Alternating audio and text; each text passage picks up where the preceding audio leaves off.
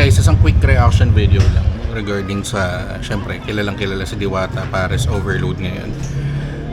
Pagka napapanood ko siya, tapos may mga nagko-cover or mga nagre-review nung, kasi hindi pa ako nakakain kasi ang layo. Una, ang layo namin, or Caloocan kami, Pasay yun.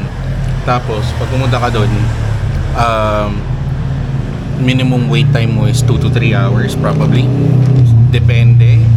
Sabi nila kapag madaling araw daw or tanghali, hindi man tanghali, parang mga hapon is onti lang ang tao. Pero based dun sa mga nakita kong video, kahit madaling araw, tanghali, hapon, minimum wait time nila is 1.5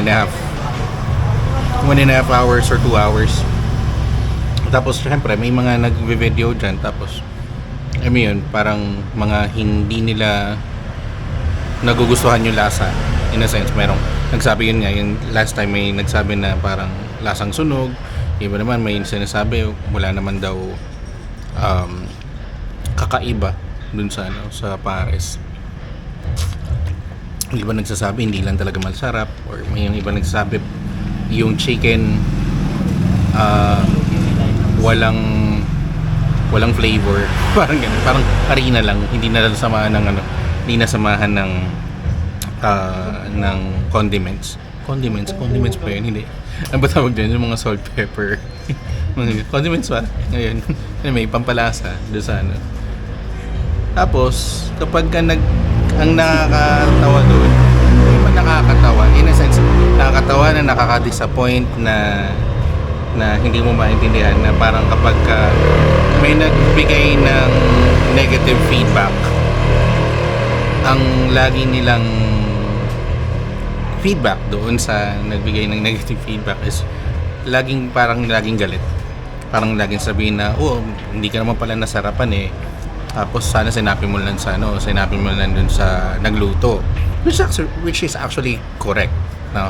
Kapag hindi ka naman nasarapan is sasabihin mo dun sa nagluto. Pero the mere fact na gumagawa ka ng video na meron kang review or personal opinion mo about a certain matter, regardless yan kung nagsabi ka doon sa cook nila ng feedback mo, it doesn't mean na hindi mo na siya isasama doon sa review.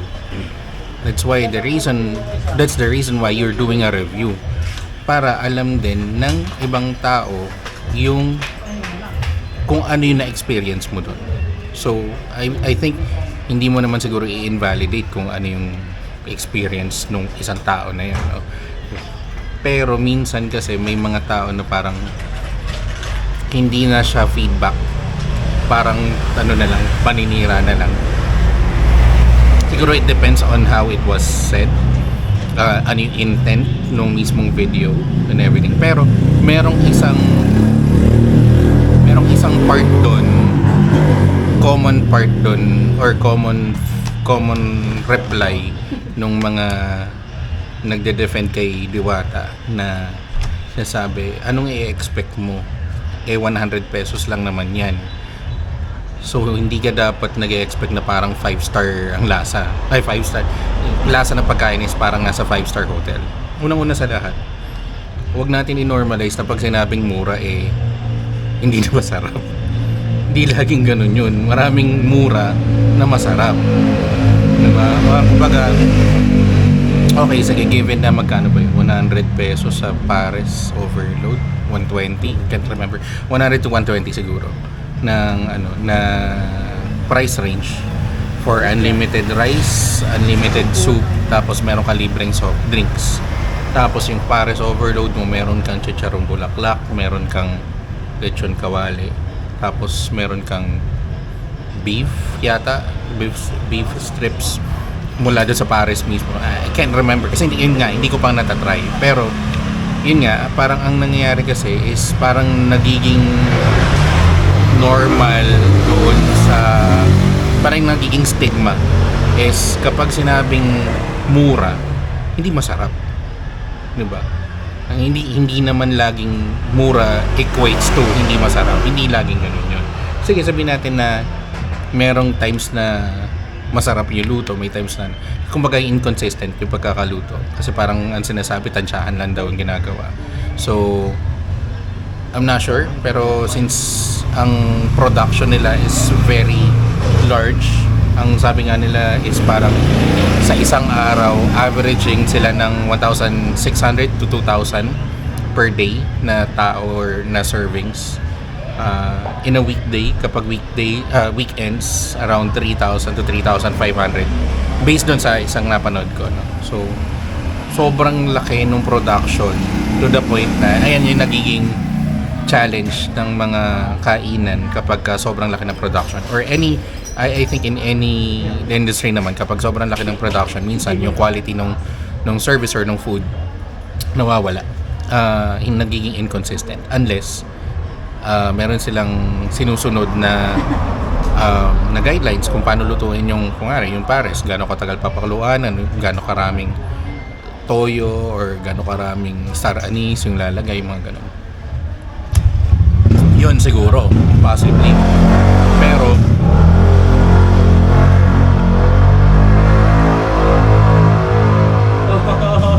lumipad na siya.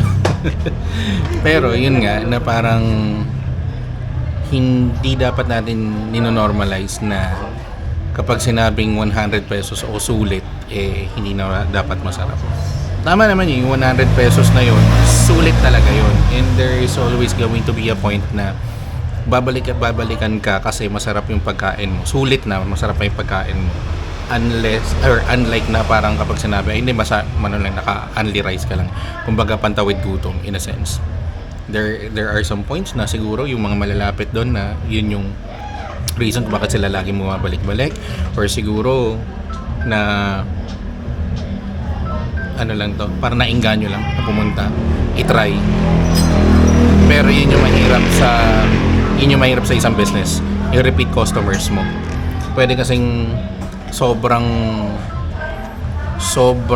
trending mo ngayon na sobrang daming kumakain sa'yo kasi gusto lang nila ma-experience kung ano yung meron nandun. Pero ang magiging challenge dyan is kung substandard ang product quality mo, isang beses lang sila pumunta, hindi ka nila babalik-balikan.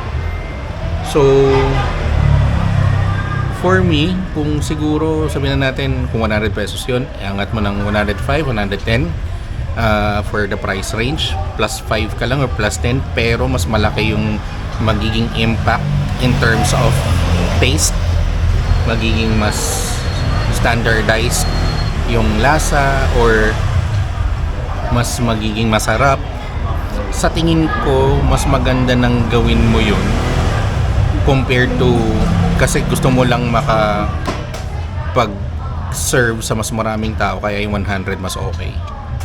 Kung tutuusin, mas babalik at babalikan ka ng mas maraming tao kung mas masarap ang pagkain mo, or technically parang standard yung lasa ng lahat.